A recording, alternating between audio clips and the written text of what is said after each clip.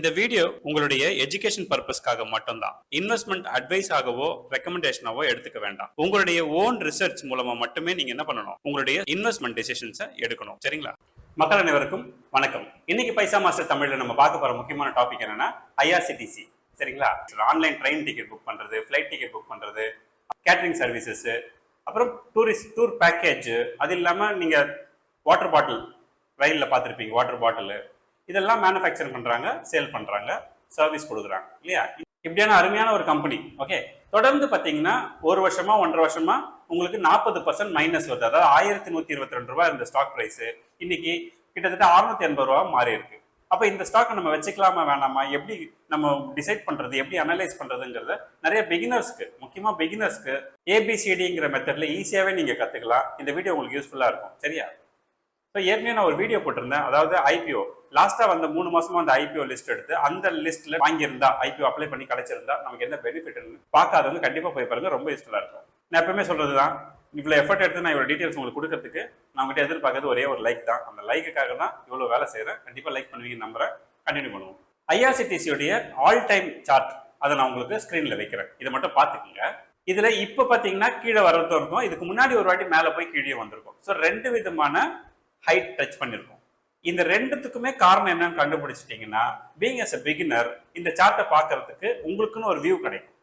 இதை just like that பாத்தீங்கன்னா எப்படி இருக்கும், சும்மா ஏறி இறங்குற மாதிரி இருக்கு, எதுக்கு ஏறணும்னு தெரியல, எதுக்கு இறங்குறதுன்னு தெரியல, இப்படி பாக்குறோம்.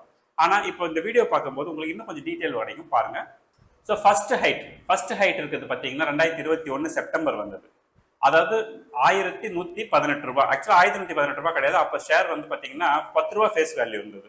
10 ரூபா ஃபேஸ் வேல்யூல இருந்து அது என்ன ஆயிருக்குன்னா இப்போ 2 ரூபா ஃபேஸ் வேல்யூ மாறி இருக்கு. அப்ப எவ்வளவு வந்திருக்கும்னு நினைக்கிறீங்க? கிட்டத்தட்ட 6000 ரூபாய் வரைக்கும், அரௌண்ட் 5000 to 6000 அரௌண்ட் இருந்தது. இப்போ பெரிய ஸ்டாக் 2021 5000 ரூபாய்க்கு ஸ்டாக், 6000 ரூபாய் ஸ்டாக் பெரிய ஸ்டாக். ஆனா அந்த நிலைமையில இருந்தது. இது ஜஸ்ட் நீங்க ஸ்பிளிட் பண்ணதுக்கு அப்புறம் எவ்வளவு ரேட்டுக்கு மென்ஷன் பண்ணிருக்கேன் நான். ஆனா இவ்வளவு ஹைட் ஏன் போகும்? திடீர்னு ஒரு கம்பெனில வந்து நல்ல லாபம், நல்ல ஆர்டர்ஸ் இது மாதிரி வந்ததுன்னா சொன்ன மாதிரி இந்த மாதிரி வாய்ப்புகள் இருக்கு. ஆனா சடனா ஒரு growth, இவ்வளவு பெரிய growth 40-50% எப்படி மேல போச்சு அப்படிங்கிறது தான் நம்ம பார்க்கணும் இல்லையா? அப்போ அதுக்கு என்ன காரணம் உள்ள போய் பார்ப்போம். ரெவென்யூலயோ இதுலயே வந்து லாபம் வந்திருக்கு அப்படின்னு பார்ப்போம். ஸோ இதுல ரெக்கார்ட் பாத்தீங்கன்னா 3 வருஷம் ப்ராஃபிட் அண்ட் லாஸ் தான் இருக்கு. ஸோ பரவாயில்ல, இந்த 3 வருஷம் ப்ராஃபிட் அண்ட் லாஸ்லயே நமக்கு என்ன தெரிஞ்சுக்க முடியுதுன்னா, இந்த கம்பெனி வந்து அப்ஸ் அண்ட் டவுன்ஸ் எல்லாம் இல்ல, ரெகுலரா கிராஜுவலான ரெவென்யூவும் அதே மாதிரி பாருங்க ப்ராஃபிட்டோ கிராஜுவலான ப்ராஃபிட்டும் தான் கொடுக்கக்கூடிய கம்பெனியா இருக்குது. அப்படி பார்த்தா இதுல எந்த விதமான பெரிய மாற்றங்களும் இருந்திருக்குமான்னு நமக்கு புரியல. ஸோ இந்த மாதிரி கிராஜுவலான கம்பெனிலாம் ஏன் இவ்வளவு பெரிய ஹைஸ்லாம் வருது அப்படிங்கிறது தான் நீங்க புரிஞ்சுக்கணும். 2021 செப்டம்பர் மாசம் 1118 ரூபாய் வரைக்கும் இந்த ஷேர் பிரைஸ் எதுக்கு வந்ததுங்கிறதையும் எதுக்கு கீழே போகுதுங்கிறதையும் பாருங்க. முதல்ல லாக் அவுட், அதாவது கொரோனா முடிஞ்சு லாக்டவுன் சிஸ்டம்லாம் முடிஞ்சு லாக் அவுட் பண்றாங்க. அப்போ வந்து பாத்தீங்கன்னா ஹை ப்ராஃபிட் எக்ஸ்பெக்டேஷன் இருந்தது உண்மை. அது மட்டும் இல்லாம ஜூன் ஜூலைல பாத்தீங்கன்னா எப்பவுமே நான் சொல்லியிருக்கேன், எஃப்ஐஎஸ் உள்ள வருவாங்க. ஜூன் ஜூலை ஆகஸ்ட்ல எஃப்ஐஎஸ் உள்ள வருவாங்க. அவங்களும் சைமல்டேனியஸா உள்ள வந்திருக்காங்க. அதே சமயத்துல ஷேர் ஸ்பிளிட்டும் நடந்திருக்கு. ஓகேவா? இந்த 3 காரணங்கள் இந்த ஷேர் பிரைஸ் ஏறுறதுக்கு காரணமா இருந்தது.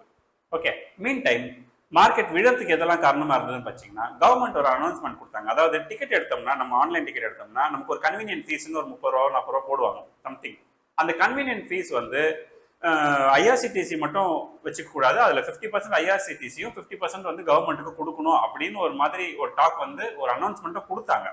கொடுத்ததும் என்ன ஆயிடுச்சுன்னா ஷேர் பிரைஸ் சடன்னு கீழே இறங்கிடுச்சு. ஆனா அவங்க விட்ராவே பண்ணிட்டாங்க. அந்த மாதிரி ஒரு பிளான் வந்து நாங்க கை விடுறோம் அப்படின்னு சொல்லி கைவிடுறோம் சொன்னதுக்கு அப்புறம் கூட மார்க்கெட் கீழே போகுது. இது வந்து என்ன புரிஞ்சுக்க முடியுதுன்னா, இந்த கம்பெனிக்கு எந்த பிரச்சனையும் கிடையாது. நாம தான் என்ன பண்றோம்னா தேவையில்லாம ஒரு ஹைப் கிரியேட் பண்ணி விட்டுருவோம். சின்ன சின்ன விஷயங்கள் நியூஸ் கிடைச்சதுன்னா பெருசா தூக்கி விட்டுருவோம். அதுக்கப்புறம் அது பலூன் மாதிரி ஊதி நிக்குது இல்லையா? அது உடையணும்னா என்ன பண்ணணும்? ஒரு சின்ன ஊசி தேவை. அந்த சின்ன ஊசி தான் கவர்மெண்டோட அந்த அனௌன்ஸ்மெண்ட். அந்த அனௌன்ஸ்மெண்ட் வந்தது மார்க்கெட் சரசரன்னு கீழே இறங்க ஆரம்பிச்சது. தொடர்ந்து ஒரு சைடு இறங்கின உடனே அடுத்த என்ன பண்ணுவாங்கன்னா, ப்ராஃபிட்டை புக் பண்ணா போதும்னு சொல்லி யாரெல்லாம் வெளியே போவாங்க? இந்த எஃப்ஐஎஸ். பொதுவாகவே இந்த எஃப்ஐஎஸ்க்கு இதே குணம் தான். ஜூன் ஜூலைல என்ட்ரா வர மாதிரி என்ட்ரா ஆகிட்டே வருவாங்க. திடீர்னு பார்த்தா அக்டோபர் நவம்பர்ல எஸ்கேப் ஆயிடுவாங்க. இந்த வேலையை செஞ்சுதான் அந்த மார்க்கெட்டை 40% வரைக்கும் ஃபர்ஸ்ட் ஹையை டச் பண்ணதும் சரி, அது இறங்குறதுக்கும் இதெல்லாம் தான் காரணம். இப்போ செகண்ட் ஹை எப்போ போகுது? 2024 1122 ரூபா போயிருக்கு. சரிங்களா? இப்போ 1122 ரூபாய் வரைக்கும் போனதுக்கு என்ன காரணம் அதையும் நம்ம பார்க்கணும் இல்லையா? அதோட ரீசன்ஸ் போய் பார்த்தோம்னா லாஸ்ட் 5 குவார்டர் பார்க்கலாம். லாஸ்ட் 5 குவார்டர்ல ஏதாவது ப்ராப்ளம் இருந்துச்சுன்னா அதையும் நம்ம கன்சிடர் பண்ணிக்கலாம். Q1 Q2ல பார்த்தீங்கன்னா உங்களுக்கு நெட் ப்ராஃபிட் குறைஞ்சிருக்கு. ஸோ இதெல்லாம் ஒரு பெரிய விஷயம் கிடையாது. ஆனால் குறையுதுங்கிறத கூட இங்கே ரிஃப்ளெக்ட் பண்ணுவாங்க உங்களுக்கு மக்கள், புரியுதுங்களா? ஸோ இது ஒரு ரீசன். பட் இந்த ஒரு ரீசனுக்காக 40% கீழே விழணும்.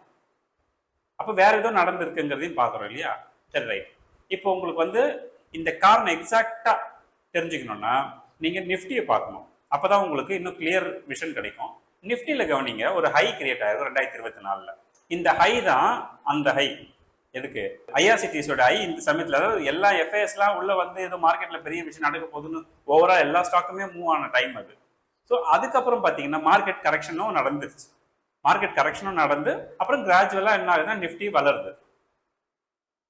புரியுதா? ஸோ இந்த நிஃப்டி வளருது, ஆனா உங்களுக்கு ஐஆர்சிடிசி கண்டினியூஸா மைனஸ்ல போகுது. ஏன் கீழே போகுதுன்னா Q1 and Q2 performance, poor performance. இதுதான் இது ரெக்கவர் ஆகிறதுக்கும் அது ரெக்கவர் ஆகாம போனதுக்கும் முக்கியமான காரணம். சரிங்களா?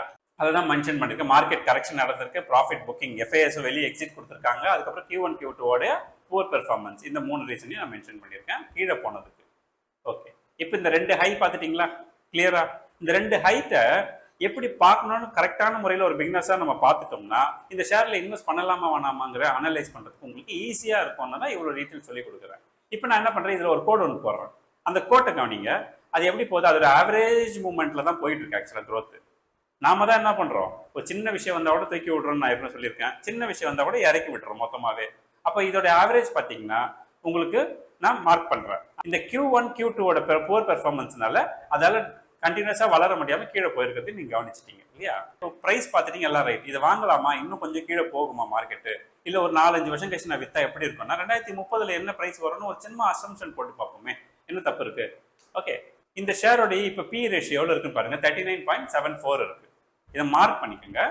இந்த 39.74ங்கிறது இப்ப இருக்கிற பி. அப்ப இது அடிக்குவேட்டான பியா எப்படி கண்டுபிடிப்பீங்க?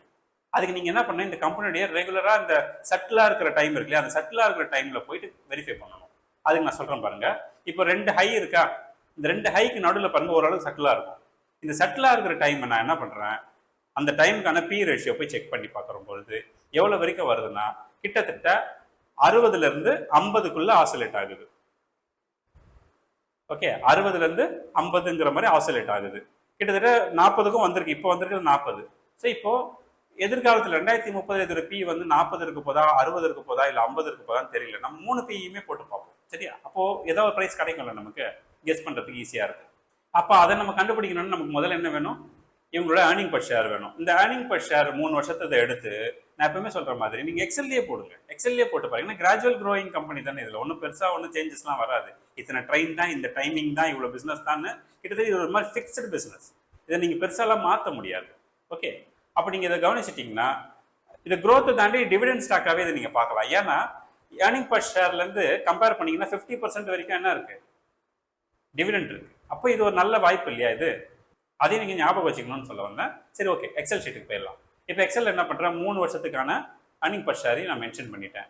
இப்போ அப்படியே நம்ம என்ன பண்ண போறோம், எப்போ பண்ற மாதிரி டிராக் பண்ணி பார்த்தோம்னா உங்களுக்கு 27 ரூபாய் ஏர்னிங் பர் ஷேர் வருது 2030ல.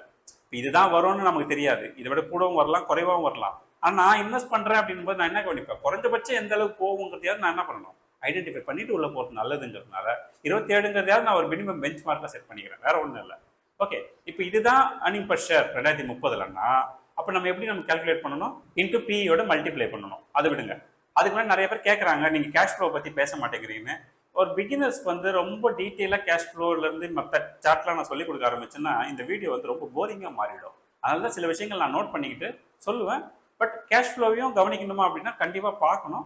நான் உங்களுக்கு இன்னொரு வீடியோவில் நல்ல டீட்டெயிலிங்காக சொல்லித்தரேன் இந்த கேஷ் ஃப்ளோ எப்படி பார்க்குறதுன்னு. ஏன்னா இப்போ டைம் இல்லை நமக்கு. கேஷ் ஃப்ளோ இந்த கம்பெனிக்கு நல்லா தான் இருக்குங்கிறதையும் புரிஞ்சுங்க. இந்த கம்பெனிக்கு டெட்ஸ் ரொம்ப கம்மிலாம் கிடையாது, இல்லவே இல்லைன்னு கூட சொல்லலாம். அந்த அளவுக்கு இந்த கம்பெனி இருக்கு. Okay, right. இப்போ நம்ம பிஇ போயிடலாம். இப்போ 2030ல ஏர்னிங் பர் ஷேர் இந்த கம்பெனி 27 ரூபாவா இருந்துச்சுன்னா, பி ரேஷியோ 40 இருந்துச்சுன்னா உங்களுக்கு எவ்வளவு வரும், 1080 ரூபா வரும். இது வரதுக்கு வாய்ப்பு இருக்கா? ஏற்கனவே பார்த்தீங்கன்னா இந்த கம்பெனி 1120 ரூபா வரைக்கும் டச் பண்ணிருச்சு. அதனால இதுலாம் வராது கம்மியா. ஜஸ்ட் நான் உங்களுக்கு ஒரு வியூக்காக காட்டுறேன். சரி, அப்படியே பார்த்தா கூட அந்த சிஏஜிஆர் இன்னைக்கு இருக்கிற பிரைஸ்ல இருந்து போச்சுன்னா 9.67% இயர்லி. இப்போ செகண்ட் ஆப்ஷன் பார்ப்போம். அதாவது 50 பி ரேஷியோ 50 இருந்துச்சுன்னா உங்களுக்கு 1351 ரூபாய் வரைக்கும் போகிறதுக்கு சான்ஸ் இருக்கு அப்படின்னு காட்டுது. உங்களுடைய சிஏஜிஆர் நோட் பண்ணிக்கிட்டீங்கன்னா 14.73. இது ஓரளவுக்கு அக்செப்டபிளா இருக்கு இல்லையா? அப்போ இதுவா தான் இருக்குமான்றது நமக்கும் தெரியாது.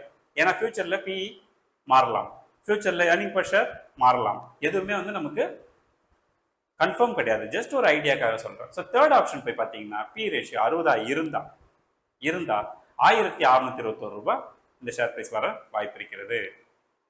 அப்படி வந்ததுன்னா உங்களுடைய சிஏஜிஆர் என்ன 19%. ஓகே, ஸோ இப்போ இந்த சார்ட்ல கவனிச்சிங்கன்னா 2 தடவை ஹை வந்தது சொன்னேன் இல்லையா? இது ஃபர்ஸ்ட் டைம் வந்தது கிட்டத்தட்ட 100 plus B ratio. Second time வந்தது 75 பிளஸ் பி. ஓகேங்களா? அவ்வளவு தூரம் அடிக்கடி நம்ம எதிர்பார்க்க முடியாது. இந்த கம்பெனிக்கு ரெகுலரா கிராஜுவலா ஒரு பி இருக்கும். அந்த பியில் நம்ம மேட்ச் பண்ணி பார்த்தோம்னா உங்களுக்கு இப்படி ஒரு ரிசல்ட் கிடைக்கும். இதை வச்சு நீங்க என்ன பண்ணணும்னா உங்களுடைய ஃபியூச்சர்ல இந்த ஷேர் வச்சுக்கலாமா வேணாமா அப்படிங்கிறத முடிவு பண்ணணும். அது மட்டும் இல்லாம மார்ச் ஏப்ரல் மேவோட ரெக்கார்டையும் பார்க்கணும். நீங்க போன 5 வருஷம் ரெக்கார்ட் எடுத்து மார்ச் ஏப்ரல் மேல இது வந்து கம்மியாகுதா அப்படிங்கிறதையும் வெரிஃபை பண்ணணும். பண்ணி வெயிட் பண்ணி கூட என்ன பண்ணலாம், ஸ்டாக்கை பர்ச்சேஸ் பண்ணலாம், தப்பு கிடையாது. ஆனா பண்றதுக்கு முன்னாடி ப்ராப்பரா எல்லாத்தையும் வெரிஃபை பண்ணிட்டு பண்ணுங்க அப்படிங்கிறது தான் நான் உங்களுக்கு சொல்ல வந்தேன். எனிவே இந்த வீடியோ உங்களுக்கு பிடிச்சிருந்தா கண்டிப்பா லைக் பண்ணுங்க. லைக் பண்ண மறந்துடாதீங்க. அதுக்காக தான் நான் எஃபர்ட் போட்டுருக்கேன், உங்களுக்கு நல்லா தெரியும். அடுத்தது கம்யூனிட்டி பத்தி நிறைய பேர் கேட்டுட்டே இருக்கீங்க. நான் டிஸ்கிரிப்ஷன்ல ஆல்ரெடி கொடுத்துட்டேன். நீங்களே டைரக்டா வந்து அந்த லிங்க்லயே போனீங்கன்னா கம்யூனிட்டியில் என்ன பெனிஃபிட் இருக்குங்கிறதும் இருக்கும். அதோட கூட அதை எப்படி அப்ளை பண்ணணுங்கிறது அந்த ஃபார்மை ஃபில் பண்ணால் போதும், வேறு எதுவும் பண்ண வேண்டாம். நான் எப்பவுமே சொல்றது தான், ஃப்ரெண்ட்ஸ் அண்ட் ஃபேமிலிக்கு காசு பணம் கொடுத்து உதவி செய்யறதை விட நல்ல இந்த மாதிரி இன்வெஸ்ட்மெண்ட்ஸ் ஐடியாஸ் கொடுத்து அவங்க லைஃப் முன்னேறதுக்கு ஹெல்ப் பண்ணலாம். சரிங்களா? அடுத்த ஒரு இன்ட்ரெஸ்டிங்கான வீடியோ சந்திப்போம். நன்றி, வணக்கம்.